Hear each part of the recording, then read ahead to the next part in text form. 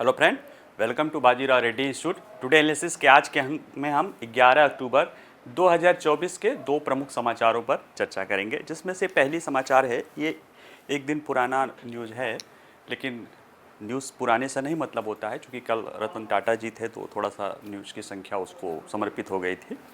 इसमें जो बात कही गई है, लिविंग प्लैनेट रिपोर्ट 2024 आया है और ये हर 2 साल पे प्रकाशित होता है WWF world wide fund for nature के द्वारा।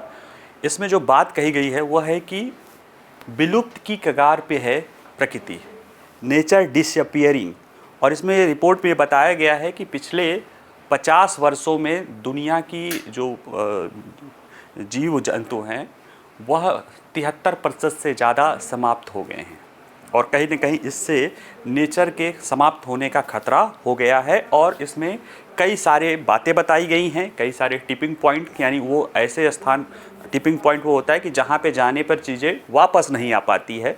तो उस स्थिति पर धरती या दुनिया पहुँच रही है, विश्व पहुँच रहा है, प्रकृति पहुँच रही है, तो उसको कैसे रोका जाए, यानी एक डिटेल रिपोर्ट है। ये ओरिजिनल WWF की जो लिविंग प्लैनेट रिपोर्ट है उसी का ही संक्षेप है, तो आप इसको यहाँ से नोट्स बना सकते हैं, हालांकि नोट्स के ही रूप में है, ठीक है। दूसरा है, प्रधानमंत्री द्वारा भारत आसियान संबंधों को मजबूत करने के लिए 10 सूत्रीय योजना, जो 10 पॉइंट योजना बताई गई है, क्योंकि इस सरकार की जो एक्ट इस पॉलिसी है उसके 10 साल पूरे हुए हैं, ठीक है। और अभी जो है आसियान और भारत शिखर सम्मेलन हो रहा है, उसी दौरान प्रधानमंत्री ने ये जारी किया है। और आइए इससे जुड़े प्रश्न जो हमारे वेबसाइट पे रहेंगे तो आप वहाँ से ले लीजिएगा, ठीक है।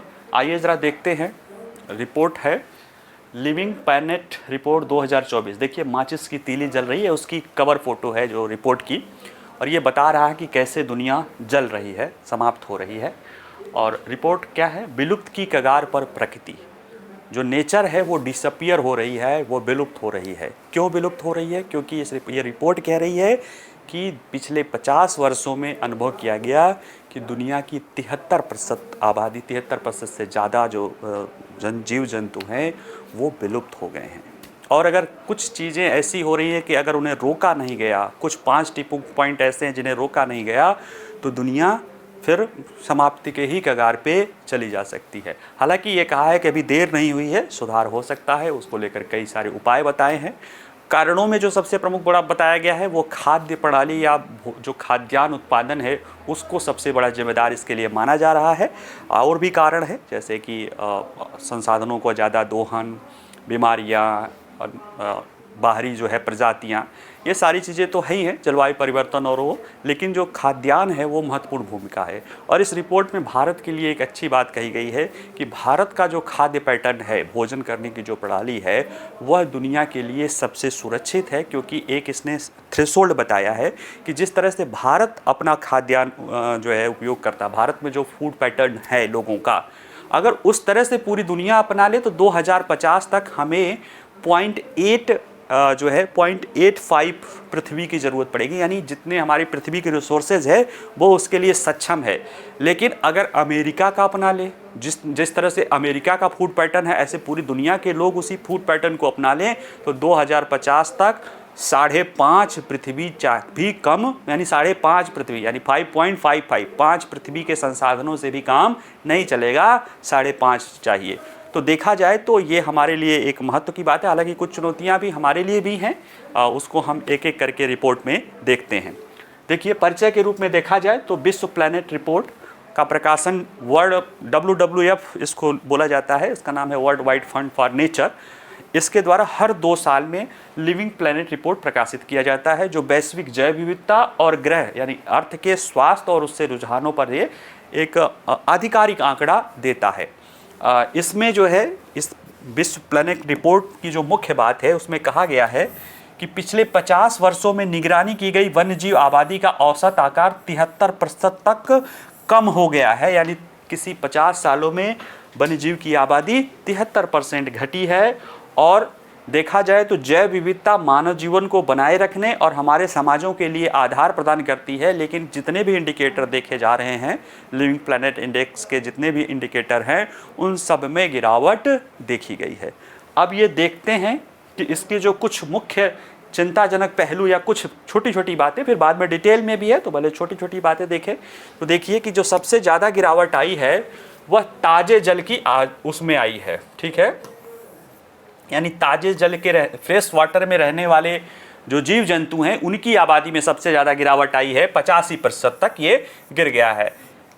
फिर इसके बाद जो स्थलीय जल जंतु हैं उनमें 69% और समुद्री आबादी में 56% की गिरावट पिछले 50 सालों में आई है। अब क्षेत्रीय आधार पर देखा जाए, यानी ये तो अभी दिखा कि पानी में, स्थल में, समुद्र में कहाँ कैसे आया, ज्योग्राफिकल। अब जरा क्षेत्रीय के आधार पर देखा जाए तो सबसे अधिक जीव जंतुओं की गिरावट जो है लैटिन अमेरिका देश में और कैरिबियन जो सागर है वहाँ पे आई है, और चिंताजनक रूप से 95% की जीव जंतुओं की गिरावट वहाँ पे देखी गई है, लैटिन अमेरिका और कैरिबियन। इसके बाद अफ्रीका में 76%, एशिया और प्रशांत में 60%, यानी ये क्षेत्र चिंताजनक हैं। हालांकि इसके बाद देखा जाए तो आप लोग कहेंगे कि सर इसमें यूरोप नहीं दिख रहा है, अमेरिका नहीं दिख रहा है। तो यूरोप, मध्य एशिया में 35% और उत्तरी अमेरिका में 39%, जो दिख रहा है कि बहुत और क्षेत्रों की अपेक्षा कम है, बड़ा अच्छा काम कर रहे हैं। हालांकि ये रिपोर्ट कह रही है कि ऐसा नहीं है। यहाँ पे पहले ही 1970 से लेकर 2020 तक का इसमें अध्ययन किया गया है, और वहाँ पे जितनी समस्या होनी थी 70 तक हो गई थी। उसके बाद तो वहाँ पे संरक्षण के प्रयास किए जाने लगे, और जिसके कारण वहाँ पे जो है जीव जंतुओं की संख्या में वृद्धि हुई है। यानी कि अमेरिका, मध्य एशिया या यूरोपीय जो देश हैं वहाँ पहले ही 70, ये जब आंकड़े जब से 70 से 2020 के बीच के आंकड़े उसके पहले ही वो विनाश कर चुके थे, और बाकी के देश उनका अनुसरण कर रहे हैं। क्योंकि हम पश्चिम का अनुसरण कर रहे हैं तो हमने भी अपने यहाँ पे विनाश का पूरा प्रोग्राम कर रखा है। प्रकृति के समक्ष अगर प्रमुख खतरे के रूप में देखा जाए तो ये रिपोर्ट कहती है कि खाद्य प्रणाली द्वारा मुख्य रूप से जो इससे खासतौर से प्राकृतिक आवासों का विनाश होता है, और उससे सबसे ज़्यादा खतरा होता है। यानी खाद्य प्रणाली का, और उसमें से भी जो यानी खाद्य प्रणाली के लिए जो हम खेती आदि या और भी जो चारागाह और इस तरह की चीज़ें करते हैं, उससे जो नेचुरल हैबिटेट है जीव जंतुओं का, नेचर का, वो नुकसान होता है। और उससे सबसे ज़्यादा नुकसान होता है इसके बाद संसाधनों का अतिशोषण जो हम करते हैं प्राकृतिक संसाधनों का, उससे होता है। आक्रामक प्रजातियां होती हैं, बीमारी होती है, और अन्य खतरों में जलवायु परिवर्तन और प्रदूषण भी इनमें उत्तरदायी होते हैं।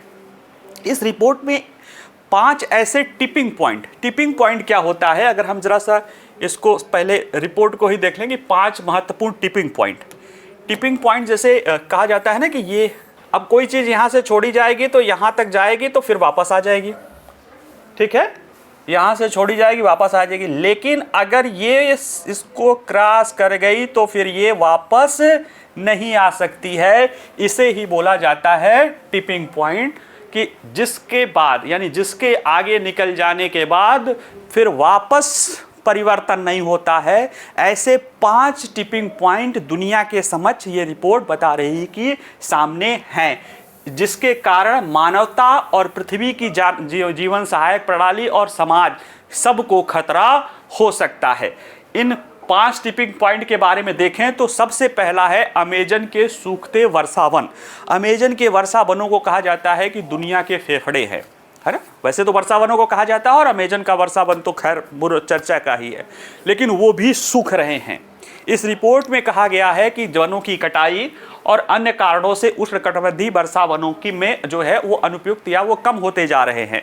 और इसका कहना है कि अगर अमेजन वर्षावनों में 20 से 30% की भी कटौती हो जाएगी तो फिर रिवर्सिबल नहीं हो सकता, यानी उनका 20 से 30% भी नुकसान हो जाएगा तो फिर वो रिवर्सिबल नहीं हो सकते हैं, और 17% तक तो नुकसान पहुंच चुका है। और ऐसे में इससे जैव विविधता, लोगों और वैश्विक जलवायु का एक खतरा उत्पन्न हो गया है। तो एक तो अमेजन के जो सूखते वर्षावन हैं वो बिल्कुल टिपिंग पॉइंट 17% पे है, और ये 20 से 25% जैसे नुकसान हुआ फिर रिवर्सिबल नहीं हो सकता, उस नुकसान की भरपाई नहीं की जा सकती। टिपिंग पॉइंट मतलब आप समझ लीजिए ऐसा नुकसान जिसकी भरपाई या ऐसा ट्रांसफॉर्मेशन, ऐसा चेंज जो वापस न किया जा सके। अगला है कोरल रीफ का खत्म होना। कोरल रीफ के समस्त खतरा उत्पन्न हो रहा, खासतौर से ग्रेट बैरियर रीफ में। पिछले कई इसमें दशकों में है, 98 में है, 98 में है, 2002, 2004, 8, 14, अभी 24, इसमें जो है coral bleaching mega coral bleaching या ग्रेट जो है घटनाएं वैश्विक स्तर पे देखी जा रही है, जिसके पीछे कहीं ना कहीं समुद्र के तापमान का बढ़ना है। समुद्र का तापमान बढ़ता है तो कोरल जो है, मूंगा जो जीव होते हैं, उनके वो असहज महसूस करने लगते हैं और इसके कारण जो है वो उनके साथ जो फाइटोप्लैंक्टन हैं उनको भगा देते हैं कि भाई अब हम तुमको नहीं संस्थित, जिसके कारण वो उनको एक लक्षण होता है कि उनका कलर चला जाता है। लेकिन कुछ समय बाद जो है, चूंकि उनको भोजन उसी फाइटोप्लैंक्टन से मिलता है, नहीं मिलता है तो वो फाइटो नहीं बल्कि ज़ूनोथोप्लांट्स होता है, उनसे नहीं मिलता है तो वो मरने लगते हैं। और इस तरह से खतरा आ रहा है कि 70 से 90% जो कोरल रीफ है ग्रेट बैरियर का, उसके लिए खतरा हो जाएगा। और कोरल रीफ और उससे जुड़े हुए पारिस्थितिकी तंत्र पे दुनिया के 1 अरब से ज़्यादा लोगों का जीवन, भोजन, आजीविका संरक्षित है। ऐसे में ये भी एक गंभीर खतरा है कि अगर ये हो गया तो फिर ये रिवर्सिबल नहीं हो सकता है। पिघलते हिम छत्रक जो आइस कैप होते हैं ना, वो प्रकृति के रूप में काफ़ी महत्वपूर्ण होते हैं। कई जगह है, आर्कटिका में है, अंटार्कटिका में है, ग्रीनलैंड आदि जगहों पे है, मतलब ग्लेशियर का ही ढेर सारे, जहाँ पे ढेर सारा आइस कैप जमा होता है। अभी हमने एक रिपोर्ट भी देखी थी कि अंटार्कटिका में हरे घास दिख रहे हैं और बर्फ पिघल के, और ये वैज्ञानिकों के लिए चिंता का विषय है, क्योंकि जो चीज़ें जहाँ हो है उसका नेचर में कुछ न कुछ योगदान है। और अगर जैसे सहारा के रेगिस्तान में बारिश हो रही है तो ये खुशी की बात है कि दुख का, तो ये कहीं ना कहीं वर्षा दुनिया के मौसम के लिए चिंता का विषय है कि जहां गर्मी पड़ती थी अगर वहां वर्षा होने लगेगी तो कहीं ना कहीं वैश्विक जलवायु परिवर्तित होगा। क्योंकि अभी हम जहां रह रहे हैं वो वैश्विक जलवायु के उसको संदर्भ में रह रहे हैं। तो ये खुशी की बात नहीं है कि सहारा के रेगिस्तान में पानी बरसने लगा, बहुत बढ़िया है, वहाँ जाके रहेंगे, या थार के रेगिस्तान में बारिश हो रहा है तो और अच्छा है, चलो वहाँ पे लोग रहने लगेंगे। तो कहीं ना कहीं मरुस्थलीकरण भी आएगा, कहीं ना कहीं सूखा भी पड़ेगा, कहीं का बर्फ कैप करके वहाँ ज़मीन उपजाऊ होगी तो कहीं और ज़रूर बर्फ कैप इकट्ठा होगी, या बर्फ़ की जो ज़रूरत है वो ख़त्म हो जाएगी तो धरती गर्म होगी। तो यही बात इसमें भी है कि हिम छत्रक पिघल रहे हैं, जिसमें है कि ऐसे बिंदु पर पहुंचने का खतरा जहां से फिर पिघलने की दर वापस नहीं हो सकती, यानी कि जितना पिघलेगा उतना फिर से नहीं हो रहा है। ये समस्या उत्पन्न हो रही है जिससे समुद्री परिसंचरण तंत्र बाधित हो सकता है। और दुनिया में इससे होगा कि अगर समुद्री परिसंचरण तंत्र बाधित होगा, समुद्र का तापमान ऊपर होगा, तो जो समुद्र के तल से अभी 10 मीटर की ऊंचाई तक, माने जो लोग समुद्र के तल से, सतह से 10 मीटर ऊंचाई के अंदर रह रहे हैं, उनको खतरा महसूस हो सकता है। और 8 में से 1 लोगों के लिए खतरा है। और तुवालू वाले जैसे लोग जो है, जो अभी वो लग ही रहा है कि अब वो डूब रहे हैं, दूसरे देश में जा रहे हैं, ऐसे तो बहुत सारे लोगों का जो है अस्तित्व ही, देशों का अस्तित्व ही समाप्त हो सकता है।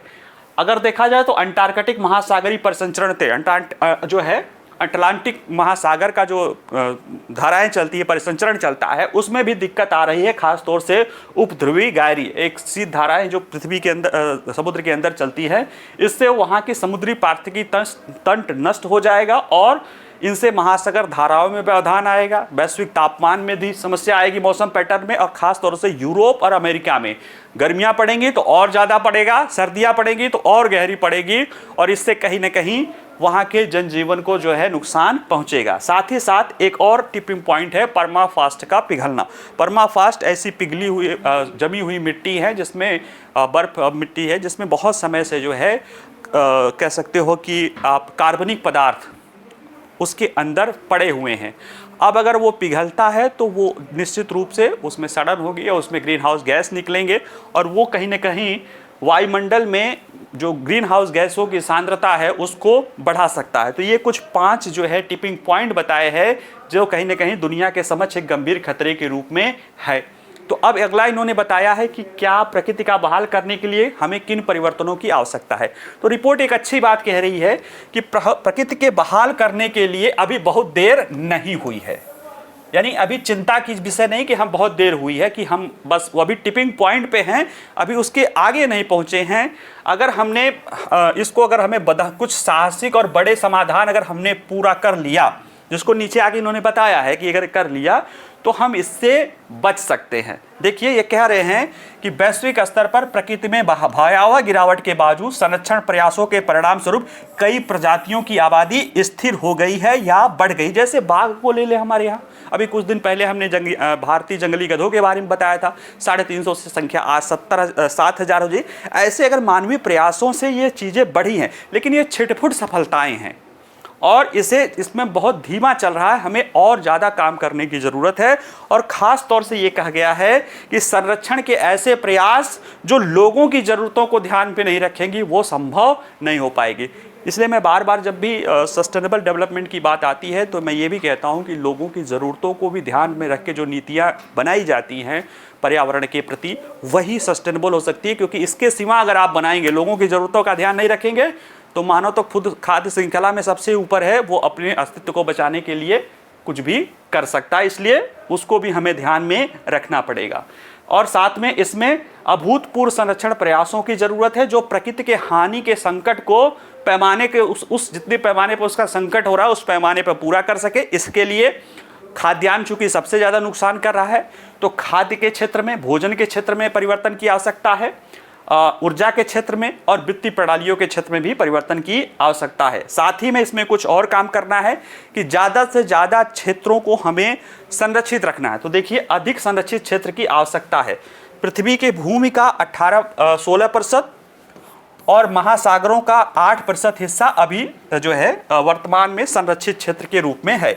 इसे कह रहे हैं कि 2030 तक यह रिपोर्ट कह रही है कि इसे ग्रह की आबादी का 30% भूमि और जल की रक्षा करनी होगी, ताकि 30% संरक्षित क्षेत्रों को पूरे वैश्विक स्तर पर भी बहाल कर देंगे। हमारे यहाँ भी देखिए है ना कि पूरे भौगोलिक क्षेत्र का 33% हम वनों का कर रहे हैं, तो वहीं पे अप्रोच है कि लगभग 30% भूमि का और जल का हमें संरक्षित क्षेत्रों के रूप में करना पड़ेगा। इसमें क्या काम आएगा? इसमें काम आएगा स्थानीय लोगों और भूमि की सुरक्षा।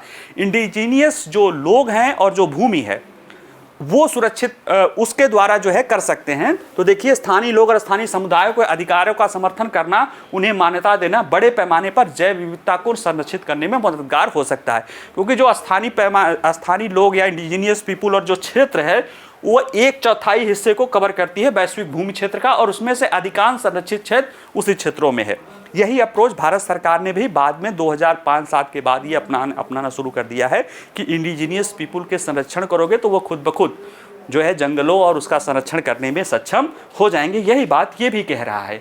प्रकृति आधारित समाधान, हमें जो भी समाधान अपनाना है वो प्रकृति के आधारित कराना है। क्योंकि देखिए, ये कह रहे हैं कि प्रकृति के विरुद्ध काम करने के बजाय उसके साथ काम करना होगा हमें, और अन्य महत्वपूर्ण मुद्दों को संबोधित करने का भी यह तरीका हो सकता है। अब देखिए, ये रिपोर्ट आई है 2004 में।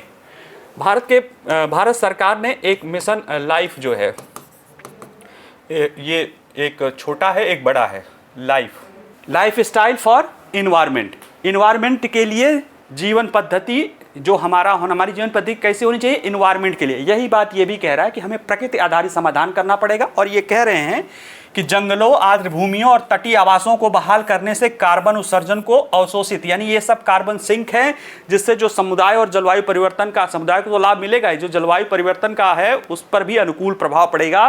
और अगर हम प्रकृति आधारित समाधान करते हैं तो 10 से 19% तक हम ग्लोबल ग्रीन हाउस गैस के उत्सर्जन को कम कर सकते हैं, जिसके लिए हम इतना प्रयास कर रहे हैं। ठीक है, कुछ सुझाव बताए हैं, जैसे जो बदलाव बताए थे, तो खेती में बदलाव की जरूरत, खाद्यान्न प्रणाली में बदलाव की जरूरत है, क्योंकि ये सबसे ज़्यादा नुकसान इसी से हो रहा है। और फिर ऊर्जा में है और फिर वित्तीय प्रणाली में है। तो खाद्यान्न बदलाव में क्या कह रहा है? तो देखिए, कह रहा है कि हमारी खाद्य प्रणाली प्रकृति के विनाश का सबसे बड़ा कारण है। खाद्य उत्पादन में रहने योग्य भूमि, सभी भूमि का 40%, यानी जितनी भी भूमि धरती है उसका 40% हैबिटेट प्रकृति के लिए, उसका 40% हम खेती आदि करते हैं। खेती में सिर्फ फसलों का उत्पादन नहीं, फलों का उत्पादन नहीं, उसमें जो है चारागाह और इस तरह की चीज़ें भी शामिल है। और यह प्राकृतिक आवास, यानी जो नेचुरल हैबिटेट है जीव जंतुओं का, जंगली जीव जंतुओं का, उसके विनाश का प्रमुख कारण है।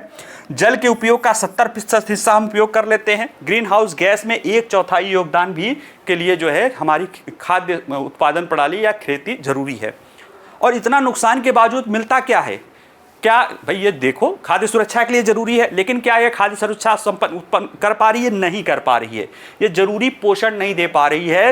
लगभग 1/3 लोग नियमित रूप से पर्याप्त पौष्टिक भोजन नहीं प्राप्त कर रहे हैं, और लगभग इतनी ही संख्या मोटे लोगों की है। यानी इतना धरती दुनिया को नुकसान पहुंचाने के बावजूद भी अभी जो हमारा खाद्य पैटर्न है वो दुनिया के 1/3 लोगों में कमजोरी या उसमें कहीं ना कहीं कुपोषण, और लगभग 1/3 लोगों में मोटापा दे रहा है। यानी कि स्वास्थ्य के दृष्टि से भी ये उपयुक्त नहीं है, यानी इसमें बदलाव की जरूरत है।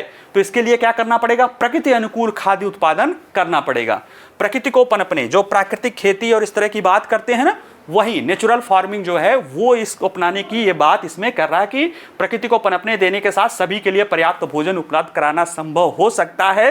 कई सारे अध्ययन आए हैं और वो इसी तरह से कह रहा है कि खेती हमें ऐसी करनी चाहिए जो प्रकृति के संरक्षण के अनुकूल हो। लेकिन सिर्फ प्रकृति के अनुकूल खेती से नहीं होगा, उसके लिए हमें अपने आहार में भी परिवर्तन करना पड़ेगा। तो ये देखिए, स्वस्थ प्रकृति अनुकूल आहार, इसमें देखा जाए तो ये बातें कही गई है कि प्लेनेटरी बाउंड्री फॉर फूड, कि अगर हमें 2050 तक जितनी दुनिया की आबादी होगी अगर उनको भोजन खिलाना है तो किस देश के पैटर्न को फॉलो करें। तो देखिए, भारत को फॉलो करेंगे तो 0.84 पृथ्वी से काम चल जाएगा। जितने पृथ्वी के संसाधन हैं अभी हम उपयोग कर रहे हैं कृषि के लिए, उसके 0.84 से काम चल जाएगा। इंडोनेशिया का करेंगे 0.9, चाइना का करेंगे 1.7, जापान का करेंगे 1.8, इधर आप देखो तो जर्मनी का 3.36, रसिया 3.4, यूके 3.98, कनाडा 4.5, यूएसए 5.55 और सबसे ज़्यादा तो दिख रहा अर्जेंटीना 7.5 पृथ्वी चाहिए। अगर अर्जेंटीना के लोग जिस फूड है जो है पैटर्न को फॉलो करते हैं उसको अगर हम फॉलो करेंगे। इसमें यह कह रहा कि हर कोई अगर मांस वसा और शर्करा से भरपूर पश्चिमी सभ्यता, पश्चिमी जो है खाद्य प्रणाली को अपनाएगा तो हमें कई पृथ्वी के संसाधन भी कम पड़ जाएंगे या उसकी जरूरत पड़ेगी। इसके लिए क्या है, जैसे हमारे सभी कृषि भूमि का लगभग 71 यानी जितना खेती किया जाता है उसके 71% भूमि पर चरागाह या चरवाही की जाती है और 11% का उपयोग पशु चारों के लिए किया जाता है। यानी देखा जाए तो 82% जो भी हम कृषि जिन भूमि पर हम कृषि कार्य करते हैं उसके लिए हम पशु, और ये हमारे लिए प्रोटीन और खाद्यान्न का कोई बेहतर नहीं होता। क्यों? देखिए, खाद्य श्रृंखला में देखिए, आप जैसे जैसे खाद्य श्रृंखला के ऊपर जाते जाते हैं 1/10 ही ऊपर ऊर्जा जाता है। तो जो शाकाहारी जानवर है उन्होंने जितना खाया उसका 1/10 उनको खाने वाले को मिलेगा। ठीक है, तो ऐसे में अगर हम शाकाहार के तरफ ही चले, जो प्लांट फूड जो हम उसका करें और कम पशु उत्पादक चीज़ों को लें, यानी देखो एक पशु से उसके दूध को भी लिया जा सकता है, उसके काट को भी खाया जा सकता है, दूध से भी प्रोटीन मिलेगा, उसको मार के खाने से भी प्रोटीन मिलेगा। लेकिन दूध वाला जो प्रक्रिया है या जो उसका हम उसके साथ और भी जो आहार लेते हैं वो ज़्यादा प्रकृति के लिए अनुकूल रहता है। यही बात ये रिपोर्ट कह रही है। साथ में खाद्य पदार्थों की हानि और बर्बादी, हमें याद है कि बचपन में अगर भोजन छूट जाता था ना तो जो कुटाई होती थी उसकी आप समझ नहीं सकते हो। कहा जाता जब भोजन पैदा करो तो समझो। वो चीज़ें हैं कि आज भी देखा जाए तो दुनिया में जितने भी खाद्य पदार्थ होते हैं उनका जो भी उत्पादन हो रहा है उसका 30 से 40% तो उसका कभी उपयोग नहीं किया जा रहा है। यानी कि ये अनावश्यक जो है देखा जाए तो ग्रीन हाउस गैस में 4.5% का योगदान कर रहे हैं और जितना भूमि और जल उपयोग है उसका 1/5वां हिस्सा अनावश्यक बर्बाद हो रहा है। इसके लिए क्या करना पड़ेगा? हमें उसके संरक्षण के लिए, हमें उनके स्टोरेज के लिए प्रयास करना पड़ेगा। लोगों को समझाना भी पड़ेगा कि थोड़ा पैक्ड फूड आदि खाओ ताकि ये जो बर्बादी हो रही है इससे बचा जा सके। अब ऊर्जा के क्षेत्र में भी बात आती है कि खाद्यान्न तो है, ऊर्जा प्रणाली भी प्रकृति के विनाश का कारण है। इसमें ये देखिए तो कह रहे हैं कि हम ऊर्जा का उत्पादन और उपभोग करते हैं वो हमारे जलवायु संकट का कारण बन रहा है। हम 2030 तक यह ग्रीन हाउस का ये सब काम कर रहे हैं, लेकिन हमें ये जो परिवर्तन है इसे तेज करना होगा, हरित करना पड़ेगा और न्यायपूर्ण करना पड़ेगा। तेज बदलाव के लिए देखिए हम अभी हम कर रहे हैं, वैश्विक ऊर्जा क्षमता लगभग दोगुनी हो गई है, पवन और बैटरी की लागत भी 85% कर रही है। हम अच्छी दिशा में जा रहे हैं लेकिन ज़्यादा तेज दौड़ना पड़ेगा। क्यों? क्योंकि अक्षय ऊर्जा की हमें 2030 तक यानी अगले 6 वर्षों में 2030 तक हमें अक्षय ऊर्जा के 3 गुना ऊर्जा दक्षता को 2 गुना करना पड़ेगा। 20 से 40% हल्के वाहनों का विद्युतीकरण या ईवीज करना पड़ेगा। ऊर्जा ग्रिड का आधुनिकीकरण करने की आवश्यकता होगी और इसके लिए 2030 तक जो निवेश है उसे 3 गुना भी बढ़ाकर 4.5 ट्रिलियन अमेरिकी डॉलर प्रति वर्ष करने की आवश्यकता है। ये बात इसमें कहा जा रहा है। तो तेज बदलाव करने की जरूरत होगी, हरित परिवर्तन, ग्रीन ट्रांसफॉर्मेशन करने की जरूरत है। ये कह रहे हैं कि अभी हम जो ट्रांजिशन कर रहे हैं ग्रीन जीवाश्म ईंधनों के, हम जो गैर कार्बनिक ऊर्जा की तरफ हम बढ़ रहे हैं, लेकिन इसमें भी अपनी समस्या है। जैसे जल विद्युत योजनाएं हैं जिससे नदियों का प्रवाह दिक्कत होता है। जैव ऊर्जा फसलें हैं, अगर जैव ईंधन प्रयोग कर रहे हैं तो कहीं न कहीं प्राकृतिक आवासों का, फिर नेचर के हैबिटेट का विकास प्रभावित होता है। और हम जो क्रिटिकल मिनरल्स लिथियम आदि कर रहे हैं तो संवेदनशील प्राकृतिक क्षेत्रों का भी नुकसान हो सकता है। इसलिए हमें इन पर ध्यानपूर्वक काम करना है।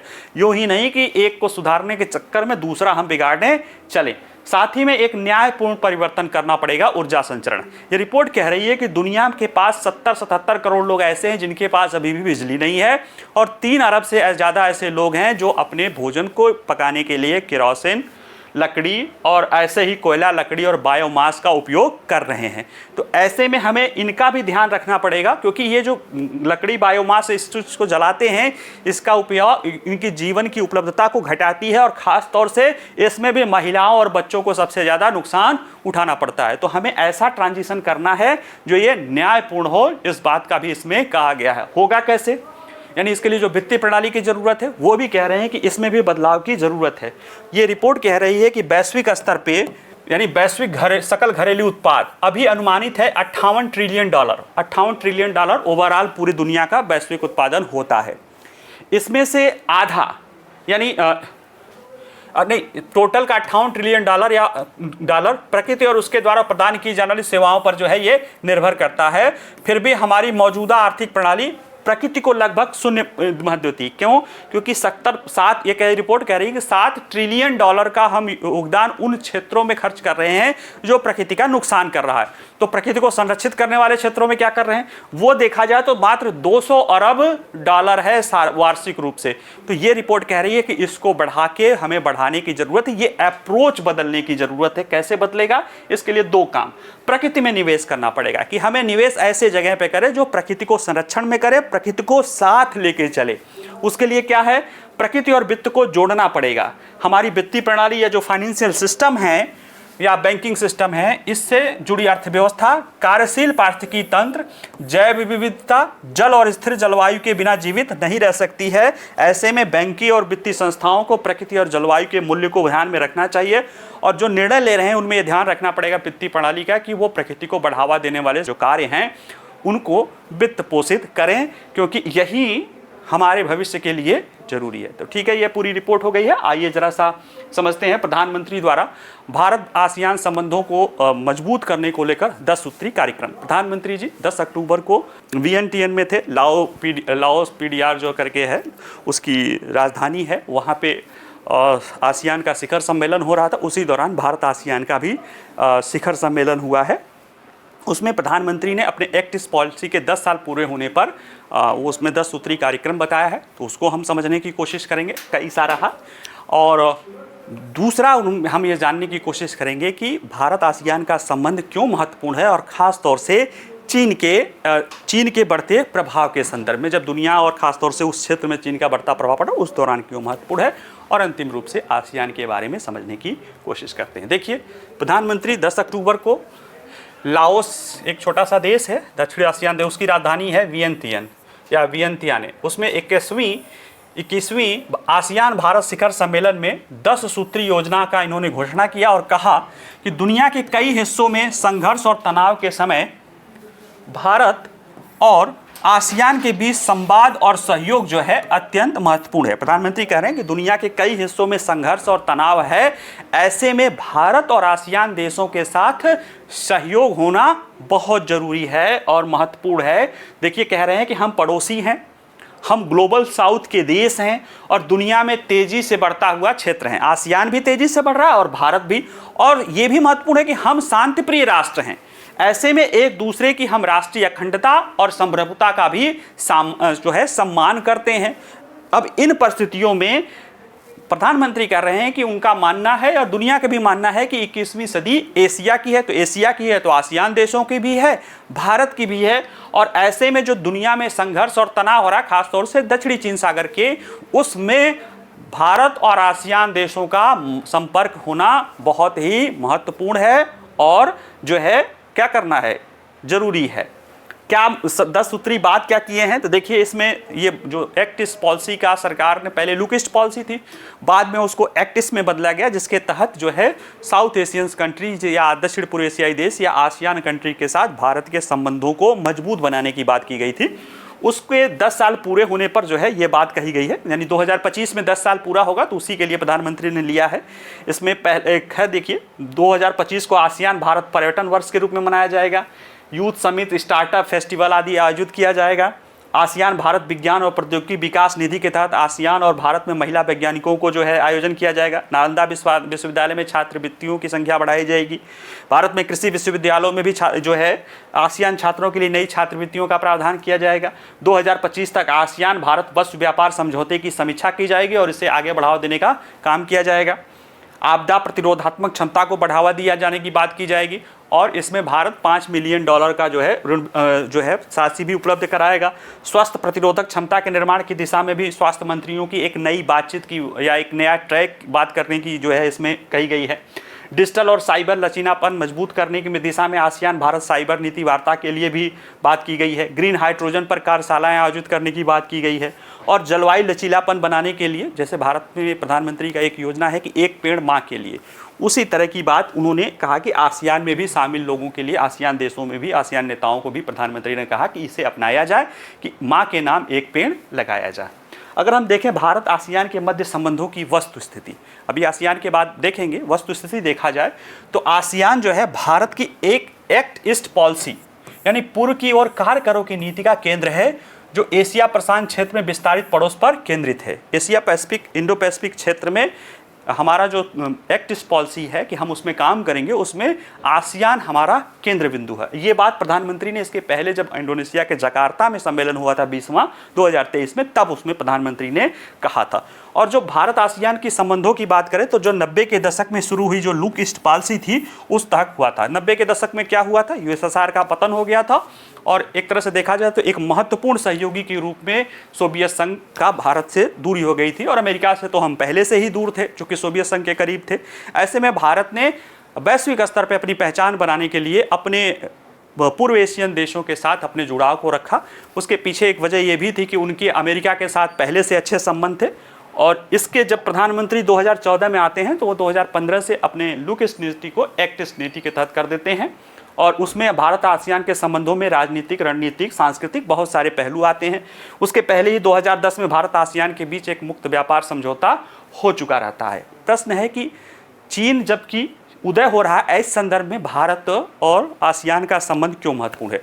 देखिए, दुनिया के भारत का आसियान के देशों के साथ जितने भी देश हैं, लगभग कुछ एक को छोड़ दिया जाए, सारे देशों के साथ भारत मजबूती से जुड़ाव कर रहा है, चाहे सिंगापुर हो, चाहे ब्रुनई हो, चाहे फिलीपींस हो, चाहे ताइवान हो, चाहे फिलीपींस हो, चाहे वियतनाम हो, चाहे इंडोनेशिया हो, चाहे मलेशिया हो, म्यांमार तो चूंकि वहाँ की स्थिति गड़बड़ है, लेकिन फिर भी भारत उन सभी क्षेत्रों के देशों के साथ वो मजबूत संबंध कर रहा है और ख़ासतौर से उन देशों के साथ जिनके साथ या तो स्ट्रेटेजिक संबंध बनाया जा सकता है, जिनके साथ टेक्नोलॉजी, जैसे सिंगापुर, या जहाँ पे जो है चीन से जिन देशों का टकराव है, खासतौर से फिलीपींस के साथ। ठीक है, ऐसे में अब प्रश्न ये है कि भारत ये जोर क्यों दे रहा, जबकि चीन वैश्विक मामलों में उभर रहा है और 2012 के बाद जो शी जिनपिंग का सत्ता है उन्होंने तो खुल के खेलने की बात कर रही है और देखा जाए तो चीन की आर्थिक हैसियत भी बढ़ी है, काफ़ी बड़ी है। ऐसे में वो दुनिया के कई सारे देशों में इंफ्रास्ट्रक्चर प्रोजेक्ट जो है अपना चला सकता है। BRI प्रोजेक्ट उसका उदाहरण है,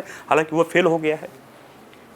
ऋण दे सकता है, लेकिन अभी देखा जाए, स्थिति देखा जाए तो इन जो परियोजनाएं BRI के तहत चली उनको ऋण ट्रैप के रूप में देखा गया और कई सारे देशों ने यह महसूस किया कि इसके तहत चीन उनके क्रिटिकल नेशनल इंफ्रास्ट्रक्चर को हथियाना चाहता है और इसको देखकर जो है कहीं ना कहीं भारत का विकल्प बढ़ता जा रहा है। चीन, भारत जो है भारत का एक्सेसिबिलिटी